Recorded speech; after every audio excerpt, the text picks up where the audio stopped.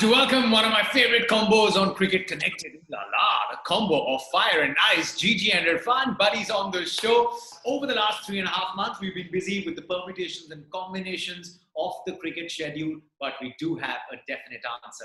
While the fans are going to miss out on the T20 World Cup, the biggest T20 league, the Carnival of Dreams, the IPL, is all set to go ahead in the UAE from the 19th of September.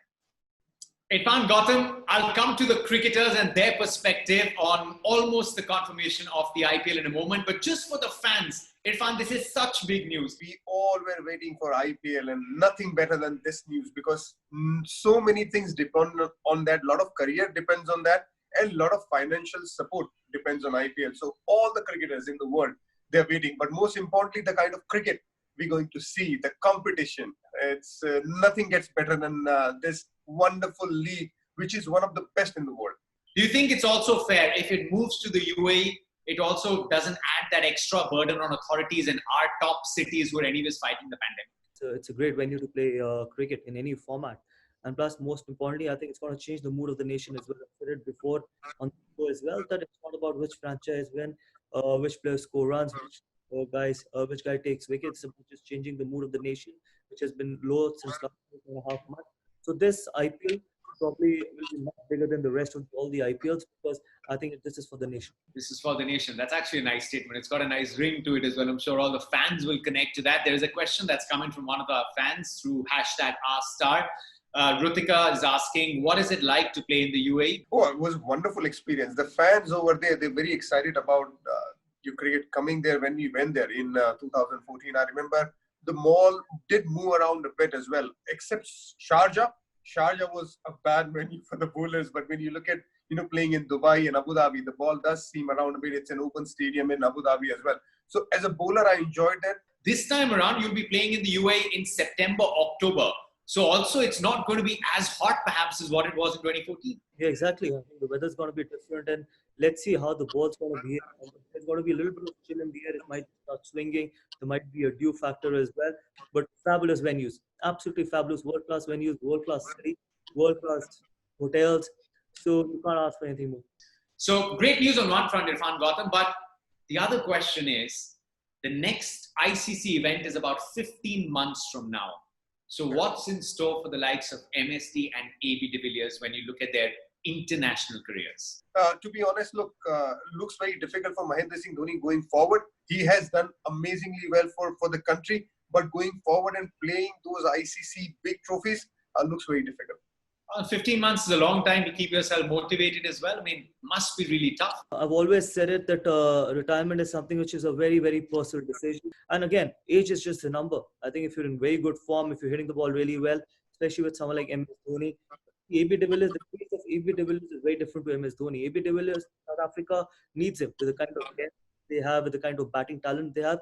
MS Dhoni, if he's hitting the ball really well, if he's in really good form and if he's enjoying the game, and if he thinks that he can still win the game for the country at that number, especially at 6 and 7, and if he's in really good fitness form, I think he should keep continuing playing. Well, moving on to the other big story of this week, former ICC elite umpire Steve Buckner, a name which doesn't really draw much affection in India, has for the first time admitted to the mistakes made by him during the infamous 2008 India-Australia Sydney Test.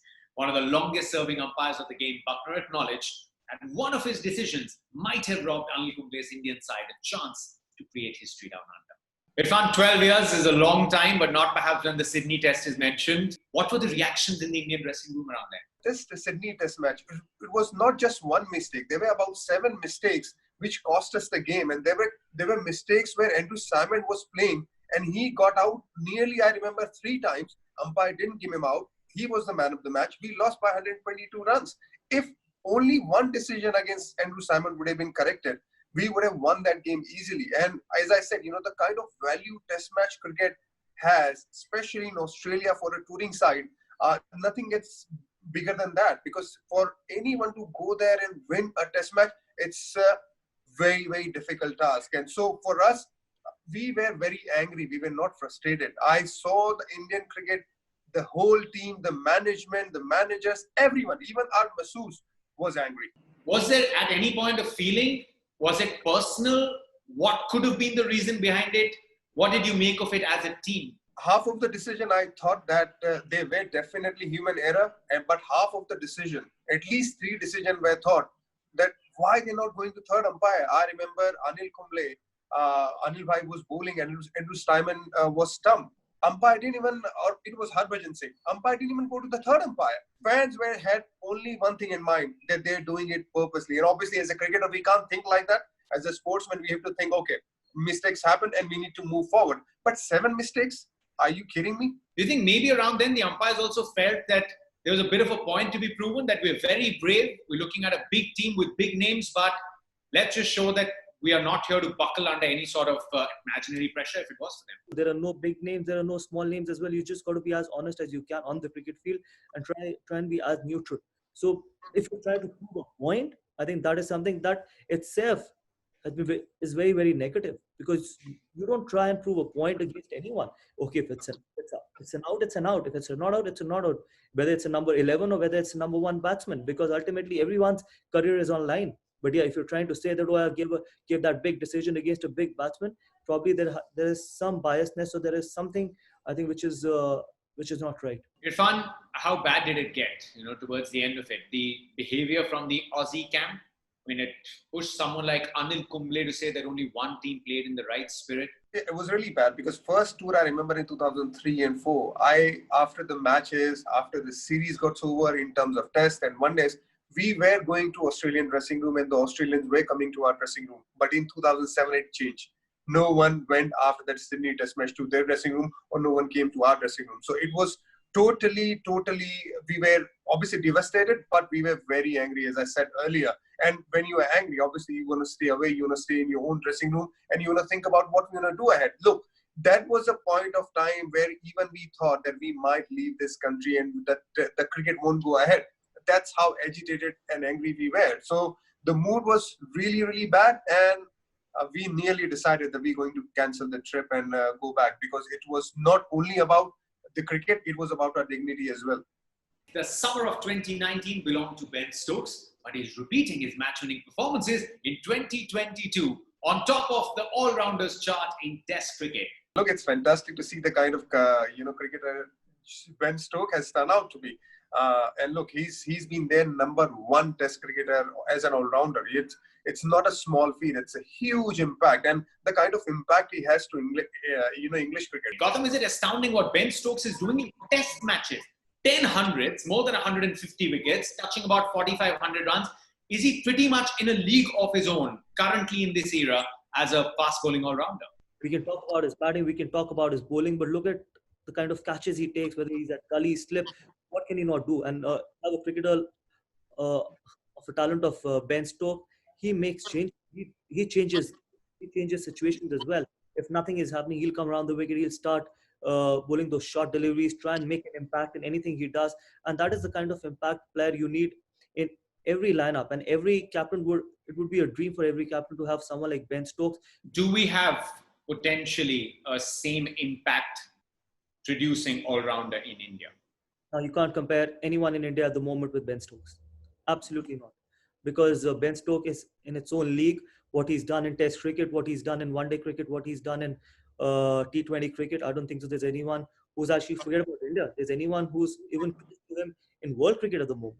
Look, we have potentials in the country. It's not like that we don't have any potential. We have Hardik Pandya. We tried Vijay Shankar for some time. We have guys like who bowl spins and are all-rounder like Ashwin and Jadeja. But the kind of match-winning impact you want to have from a fast bowling all-rounder, we need to make sure that these guys, the name I took, they need to come up. They need to go out there and win matches for the country to be in the same league as Ben Stokes. Well, it was this week in 2001. Virender Sehwag opened for the first time in one-day cricket. Exactly a year later, this week in 2002, he came out to open for the first time in Test cricket. And with that, he brought about a revolution. The Sehwag school of batting was now ready to redefine the role of an opener. Who better than Nawab Saab's opening partner in batting crimes? Irfan, so let me take you comments from Gautam. Gautam, we'll get into details later, but can you share your favorite Viru moment?